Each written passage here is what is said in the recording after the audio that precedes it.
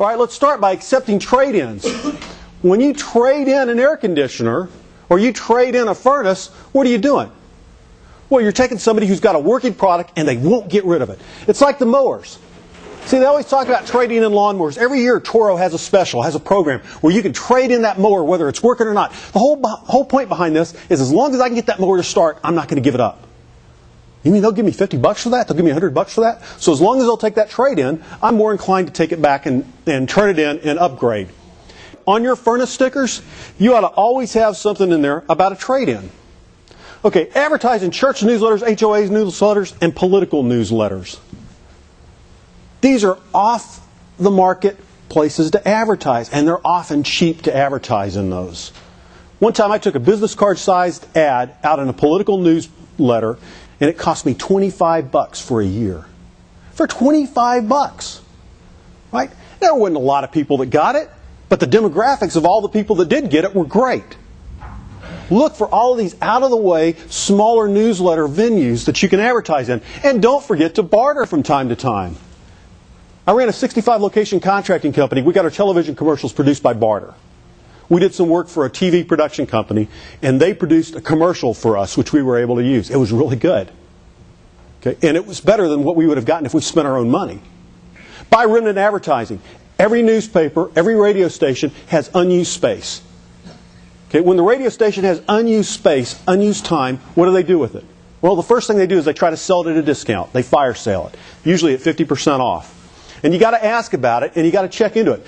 Clip and mail newspaper features and mail them to the people in the community. This is a time-consuming effort, but if you're sitting around, you got some people in the office where they've got some spare time right now, have them go through the newspaper, and anybody in the community that's mentioned, you clip it, you attach a business card, you send them a congratulations note, and you mail it out. You do this every week. You send it out 3 to 5 times a week to different people. You're going to build up a huge following. Oh, cloverleaf door hangers. Technicians don't like to do it. But who runs the company? The technicians or you. And you do 3 across and 1 on each side, or you do 5 across and 2 on each side. And if you put out door hangers with every call, little simple actions like that over time will build lots of business for you. And this is low-cost ways to get customers. Create ego brochures for your employees. All of your salespeople ought to have some type of a brochure. All of your technicians ought to have some type of a marketing piece, something that promotes them. We call it an ego piece because it features them and it talks about their philosophy and their views and their experience. But it builds them up with the customer. And they become proud to pass that out. And when they become proud to pass that out, they're more likely to pass it out and distribute it, which draws more people to them and more people to your company. How much does a $100 savings bond cost? Anybody? $50. What's the perceived value? $100. Okay? So why don't you double your dollars off with savings bond? Instead of offering $50 off or offering $100 off, offer a $200 savings bond. Or offer a $100 savings bond. Or offer a $50 savings bond. Isn't that the type of thing that seniors like to give to their grandkids? It's a great marketing piece.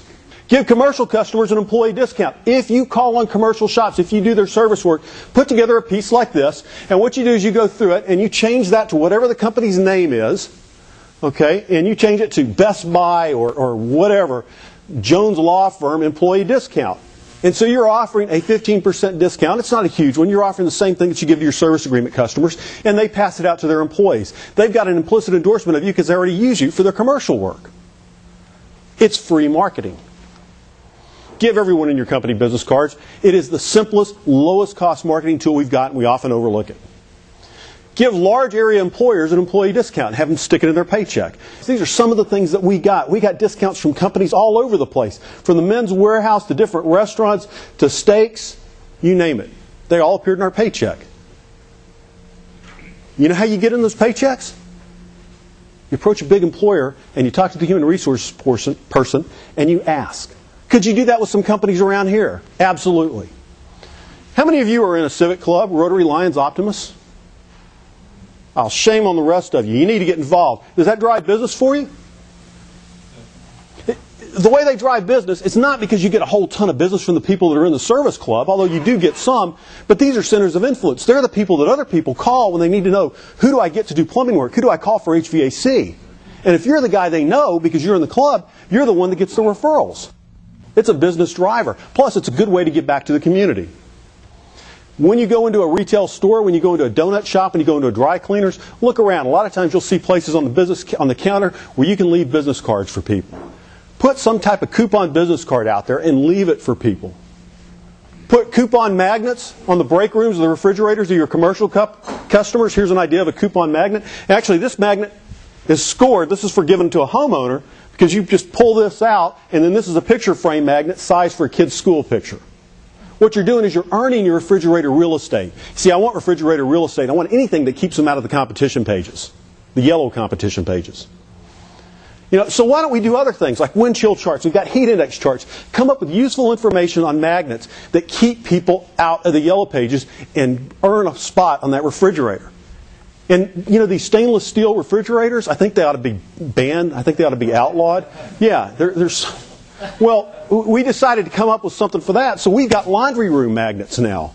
So this goes on the washer or the dryer. Okay? If they're going to throw me out the refrigerator, I got to go somewhere. Pocket calendars for performing groups, the symphony, the band, the community theater. I know the community theater, my wife does some work with them. If you put their schedule on it and you put sponsored by your company and you leave that out, they will of course give them out.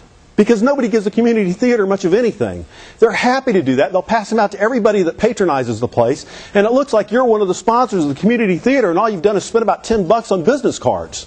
Sponsor 5K race. Anybody here running 5K races? We've got 1, 2 people. Okay. Sedentary group of contractors. Typical. All right. Now I run in them. I mean, it's it's humbling to run in these races, right?